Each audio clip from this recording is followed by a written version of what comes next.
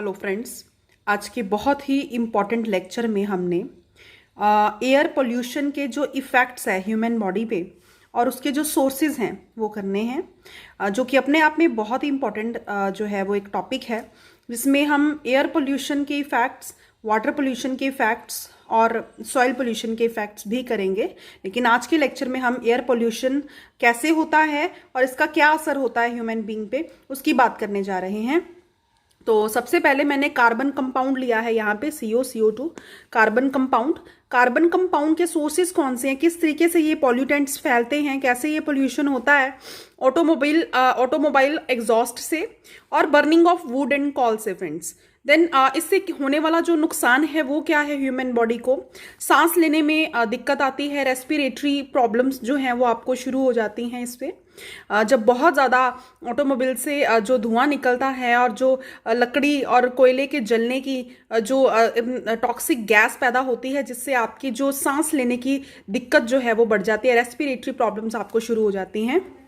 Next air pollutant मैं ले रही हूँ, that is this sulphur compound SO2H2S sulphur compound ले रही हूँ। नेक्स्ट इंपॉर्टेंट एयर पॉल्यूटेंट जो कैसे फैलता है, जो पावर प्लांट्स और रिफाइनरीज जो है आपकी हैं, है ना, रिफाइनरी से निकलने वाला जो टॉक्सिक्स हैं उससे फैलता है। वॉल्केनिक एरप्शन से भी सल्फर कंपाउंड जो है उसकी मात्रा एयर में ज़्यादा हो जाती है, जिससे क्लोरोफिल, लॉस ऑफ क्लोरोफिल हो जाता है प्लांट्स में जो हरापन है, जो ग्रीनरी है, वो ग्रीन कलर की जो अमाउंट है वो कम हो जाती है, क्लोरोफिल जो है वो कम हो जाता है प्लांट्स में, और अगेन आपको रेस्पिरेटरी प्रॉब्लम्स जो हैं वो हो जाती हैं। नेक्स्ट जो आपका इंपॉर्टेंट एयर पॉल्यूटेंट है वो है नाइट्रोजन कंपाउंड माने NO एंड N2O।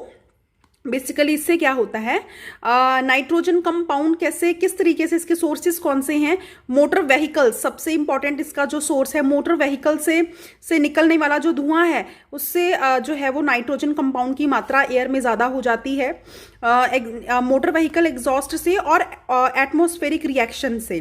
ठीक है, वातावरण में जो अलग अलग रिएक्शंस होते हैं उसकी वजह से भी नाइट्रोजन कंपाउंड की मात्रा एयर में बढ़ जाती है। इससे आपकी आंखों में इरिटेशन होती है, इरिटेशन इन आइज, और लंग्स में प्रॉब्लम होनी शुरू हो जाती है। एसिड रेन की भी वजह है नाइट्रोजन कंपाउंड की मात्रा ज़्यादा बढ़ना, और प्लांट्स की जो प्रोडक्टिविटी है, जो उपजाऊपन है, वो कम हो जाता है स्टूडेंट्स। तो ये बड़े ध्यान से आप देखिएगा, मैंने थोड़ा स्टिल भी रखा है इस पेज को ताकि आपकी नोट करने वाली चीज़ें जो हैं वो आप नोट कर लें। नेक्स्ट पॉल्यूटेंट हम करने जा रहे हैं हाइड्रोकार्बन्स, वेरी इंपॉर्टेंट, इस पे 2 बार क्वेश्चन आया हुआ है। हाइड्रोकार्बन्स की बात करेंगे। हाइड्रोकार्बन्स ऑटोमोबाइल्स, अगेन ऑटोमोबाइल इसका एक रीजन है। पेट्रोलियम इंडस्ट्रीज जो है ये भी इसका मेन सोर्स है, जहां से हाइड्रोकार्बन्स जो है उनकी मात्रा बढ़ जाती है। इससे ह्यूमन बॉडी में कैंसर, देखिए सबसे घातक रोग कैंसर, और अगेन रेस्पिरेटरी प्रॉब्लम्स यहाँ पे भी शुरू हो जाती हैं। देन हम बात करेंगे SPM is suspended particulate matter, जो कि अपने आप में एक इंपॉर्टेंट एयर पॉल्यूटेंट है। इसके ऊपर भी स्टूडेंट्स क्वेश्चन आया हुआ है।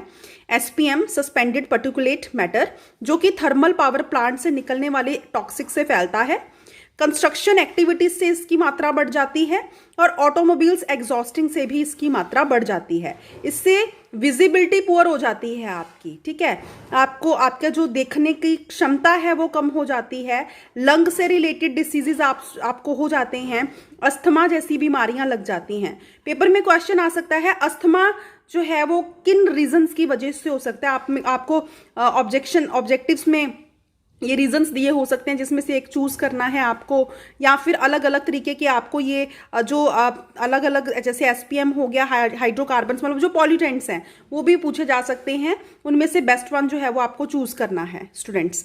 देन फाइबर्स की बात करेंगे, कॉटन और वूल फाइबर्स, फाइबर की मात्रा भी जब एयर में बहुत ज़्यादा हो जाती है वो भी एक पॉल्यूटेंट का ही रूप ले लेता है। Excess of everything is bad, आप अच्छे से जानते हैं।